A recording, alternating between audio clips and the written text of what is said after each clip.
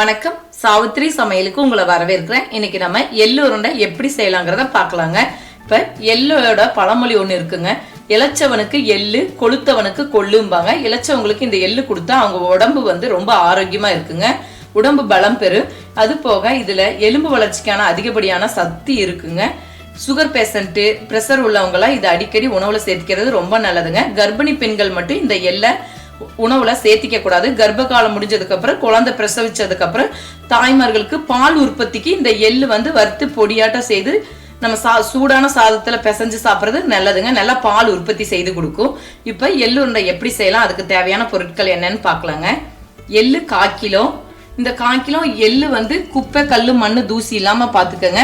அப்படியே குப்பை, மண்ணு, தூசி எல்லாம் இருந்துச்சுன்னா இதுல கொஞ்சம் தண்ணி ஊத்திங்க. நம்ம நல்லா அரிச்சு எடுத்துக்கணும்.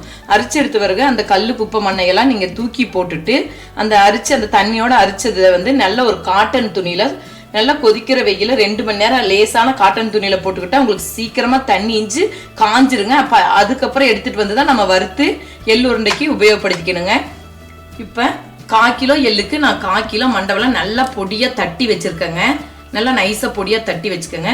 இப்போ 1.5 டேபிள் ஸ்பூன் நல்லெண்ணெய் எடுத்துருக்கேங்க. இந்த நல்லெண்ணெய் எதுக்குன்னு நான் கடைசியா சொல்றேங்க. இப்போ எப்படி செய்யலாங்கிறத பார்க்கலாம். இப்போ எள்ளை வறுத்துக்கலாங்க. இப்போ என்னோட எள்ளுல குப்பை, கல்லு, மண்ணு, தூசி எல்லாம் இல்லைங்க.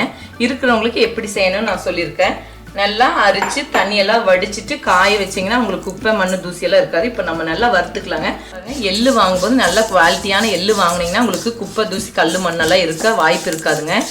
நார்மலான எள்ளு வாங்கினீங்கன்னா குப்பை, தூசி இருந்தால் அதை எப்படி க்ளீன் பண்ணணும்னு நான் சொல்லியிருக்கேன். அது மெத்தடில் நீங்கள் க்ளீன் பண்ணிக்கோங்க. இப்போ எள்ளு நல்லா சடச்சடன்னு வறுத்து எடுத்துக்கோங்க. எள்ளு நல்லா வறுபட்டுருக்கணும். இல்லாட்டினா நம்ம எள்ளு உருண்டை செய்யும்போது கொஞ்சம் சவக்குன்னு இருக்குங்க. அதனால பார்த்து கருக விடாமல் சடச்சடன்னு பொரிஞ்சு வரும்போது நல்லா வறுத்து எடுத்துக்கோங்க. மீடியம் ஃப்ளேமில் வச்சு வறுத்துக்கோங்க. இப்போ நம்ம வறுத்தாச்சு, பிளேட்டில் மாற்றி ஆற விட்டுக்கலாங்க.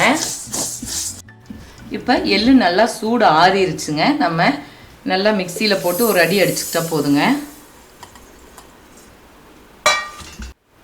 இப்போ எல்லாம் 1/2 தருன்னு அரைச்சிட்டோங்க. இப்போ இதை போட்டுட்டு நம்ம நல்லா வெல்லத்தையும் கலந்து மறுபடி கொஞ்சம் கொஞ்சமாக போட்டு அரைச்சிக்கலாங்க. இது கூட நம்ம எடுத்து வச்சிருக்கிற வெல்லத்தை மிக்ஸ் பண்ணிக்கலாங்க. இந்த நல்லெண்ணெய் எதுக்கு எடுத்து வச்சிருக்கேன்னாங்க, எள்ளுலையோ இல்லாட்டி வெல்லத்துலேயோ எண்ணெய் பசவு இல்லாட்டினாங்க பாருங்க, பசவான வெல்லம் இல்லாட்டியோ எள்ளு உங்களுக்கு எண்ணெய்த்தன்மை இல்லைன்னா உங்களுக்கு உருண்டை பிடிக்கும் போது உருண்டை வராது. அப்போ 1 டேபிள் ஸ்பூனுங்கிறது 1.5 டேபிள் ஸ்பூன் பக்கம் நீங்கள் வெதுன்னு காய்ச்சி இதில் ஊற்றி நல்லா பிசைஞ்சு மிக்சியில் அடித்து நீங்கள் உருண்டை பிடிச்சா உங்களுக்கு உருண்டை வரும். அதுக்கு தான் நம்ம இந்த நல்லெண்ணெய் எடுத்து வச்சுருக்கோங்க. ஆனால் இப்போ அடித்து பார்த்து நம்ம உருண்டை பிடிக்க நல்லபடியாக வந்துச்சுன்னா சேர்த்த வேண்டியது இல்லைங்க, இல்லாட்டினா சேர்த்திக்கலாம். ஆனால் இதுக்கு தேவைப்படாதுங்க.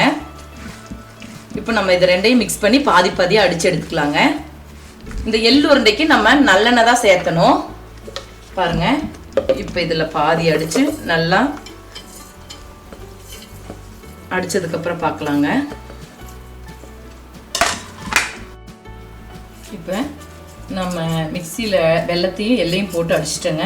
இன்னும் கொஞ்சம் இருக்கிறதையும் அடிச்சுக்கலாங்க. இப்போ எள்ளும் வெல்லத்தையும் போட்டு நல்லா அடிச்சாச்சுங்க. இப்போ நம்ம உருண்டை பிடிச்சிக்கலாங்க. உங்களுக்கு உருண்டை பிடிக்க வராத போது தான் நீங்கள் நல்லெண்ணெய் யூஸ் பண்ணணும்.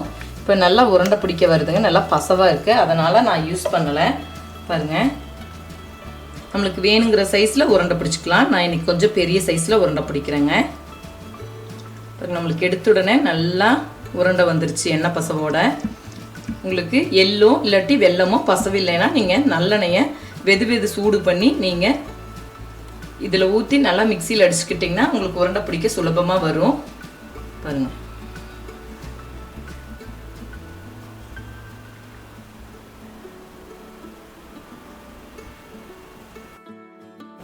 நல்லா இறுக்கமாக பிடிச்சிக்கோங்க. இதே மாதிரி எல்லா உருண்டைகளையும் நம்ம பிடிச்சிட்டு பார்க்கலாங்க. இப்போ சூப்பராக சுவையான சத்தான ஆரோக்கியம் நிறைஞ்ச வீட்டிலேயே சுலபமான முறையில் நம்ம எள்ளு உருண்டை செய்தாச்சுங்க. இது சின்னவங்கலேருந்து பெரியவங்க வரைக்கும் எல்லாருமே சாப்பிட்லாம். கர்ப்பிணி பெண்கள் மட்டும் தவிர்த்துக்கலாம். இந்த எள்ளு உருண்டையை வீட்டில் செய்து பாருங்கள். இந்த வீடியோ உங்களுக்கு பிடிச்சிருந்தா லைக் பண்ணுங்கள், ஷேர் பண்ணுங்கள், சப்ஸ்கிரைப் பண்ணுங்கள், கமெண்ட்ஸ் பண்ணுங்கள். மேலும் பல சமையல் குறிப்புகளுடன் சந்திக்கிறேன்.